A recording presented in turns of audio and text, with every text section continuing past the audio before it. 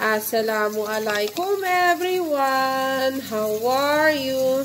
Alam nyo ba na dahil dito sa ginger shot na ginawa ko, nawala yung reflux ng aking asawa. Kasi dati, pag nakain yung asawa ko ng mga meat, tulad ng lamb milk, halimbawa, nagluto ako ng rendang, ma-spicy, maanghang.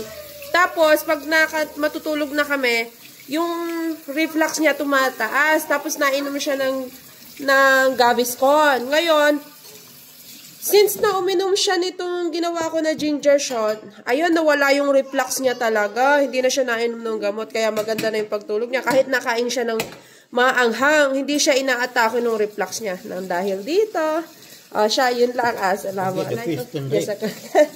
Bye! At saka kasi yung mukha niya, yung asawa ko, nag-glow kasi maganda tong ginger shot talaga sa katawan. Binibigyan ka niya ng energy, lahat. Siya ba?